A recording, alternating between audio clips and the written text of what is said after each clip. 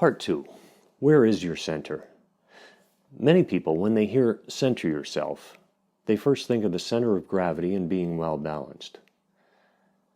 For mental and emotional states, it is very similar. Being centered means being very balanced and at peace.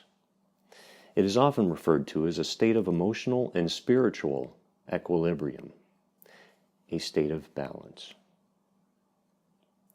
Being centered allows you to be accepting of the good and the bad in life and understand that things are in constant change. Despite the changes, a centered person can return back to their center and feel more balanced and grounded when things go outside of expectations. Being grounded and centered is more of an emotionally controlled state. Being centered is similar to mindfulness. It is a position where you are connected to who you are, how you are feeling, what you may be thinking. Being centered does not mean you don't enjoy happiness or feel sad. If we're being honest, there are times when you may want to fully experience intense emotions, such as happiness or surprise.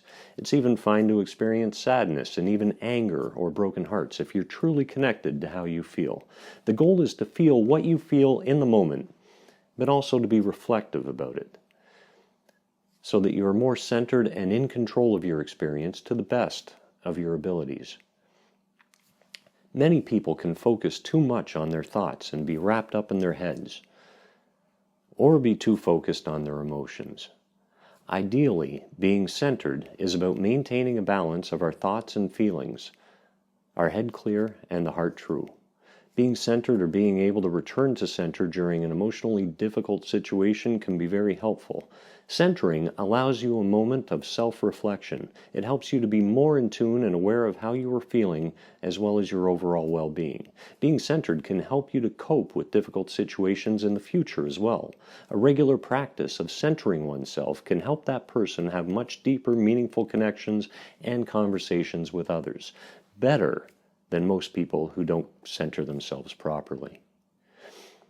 I wouldn't like to talk about centering, or at least finding your center, without sharing some applicable tips that can help. Here are some. 1. Breathe mindfully.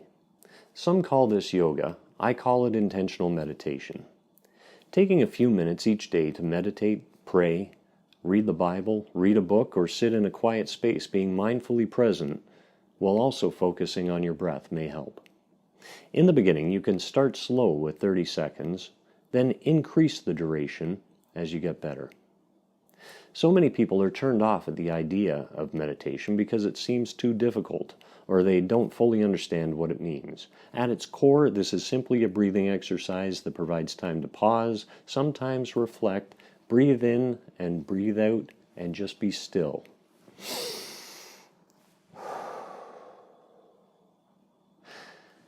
This is a time to be quiet without distraction and be present, very in the moment. One of the easiest ways to be mindful is to focus on your breathing alone. In, out, while being seated and still. Number 2, be present. Focus on the moment intentionally. Limit your predictable distractions. You can do this by putting away technology for a brief moment even, and be present. Now, this may not be practical for everyone on different days. Some people need to be at work responding to email. Being present can be making a purposeful effort to be present here, now, on that date, in that gathering, with the people you care about around you at particular times. For example, you may be out to lunch with a friend or having date night with your girlfriend and saying silently to yourself, "Now, this would be a good time to put my phone away and be present with the person I am with."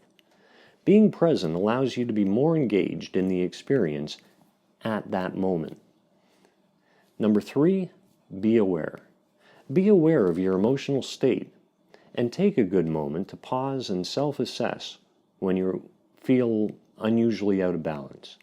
Many times throughout the day, we may succumb to feelings of stress, anxiety, or sadness. And when we take a moment to realize those feelings, to sit with them, even for a brief moment, it can have a significant, profound rebalancing impact. Number 4, listen. Listening without judgment or over-analysis when engaging in conversations can help you strengthen your inner and external awareness. Number 5, write. Keeping a journal of successes and mistakes can help you become better at being centered. When you reflect on your past mistakes and trials, you gain insightful, valuable knowledge into your actions, see patterns, and avoid further mistakes. Writing is a powerful tool that can help you get focused. It can give you the bird's eye view that you just might need. Number 6, exercise. Physical exercise can cause you to be exhausted, especially very intense exercise. When your body is exhausted, the clearest thoughts can enter your mind.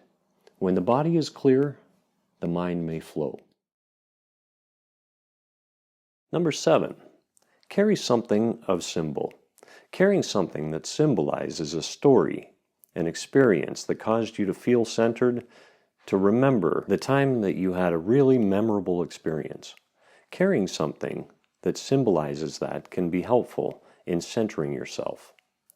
For some, it could be a thread from a cardigan they once wore as a child, or perhaps a rock from their home country as an immigrant. Number 8, use your strengths. To start, you can make a written or digital note, a list of what you know to be your greatest strengths. You can keep it visible so that every day you can find ways to make good use of those strengths. Taking a look at the contents of that list can help you remember them in those moments you may be feeling like your weakness is about to take over. They can help you mentally focus and keep you away from self-inflicted barriers.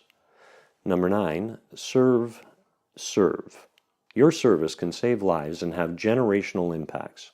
True service is the gift that keeps giving, especially when you give yourself to those that really need it. Number 10, learn, just like you're doing now, from people who have experienced what you're experiencing or will experience. Proper education can be a light upon a hill, a rescue ship for descendants long lost. Learning is a nice way to become more centered and aware. Choose a medium you enjoy, like pavleu, for example. Mentorship, seminars, individual coaching, or reading can work wonders in your life if you allow it and make the necessary changes. Number 11, change environment. To center yourself, you can travel to new environments. The opinions you may be hearing about yourself from the people around you may be detrimental to your soul as a human being. A new inner voice can help you center. It can help you build better relationships, even with strangers that you just met. It could be as simple as a trip to the park, or a trip away from family all the way to Alaska. Either way, traveling can help you get centered. Oftentimes, if someone does not get well balanced properly or centered, it can be detrimental to continue these feelings that you can't seem to stop piling onto yourself more and more. Like tar, they slow you down and even kill you. And as the day goes by, it builds up to the point where it can become too overwhelming. Understand that being present with your emotions is not necessarily going to make all the bad feelings go away in an instant. But rest assured, it can help you to be more aware, more present, and in control of you.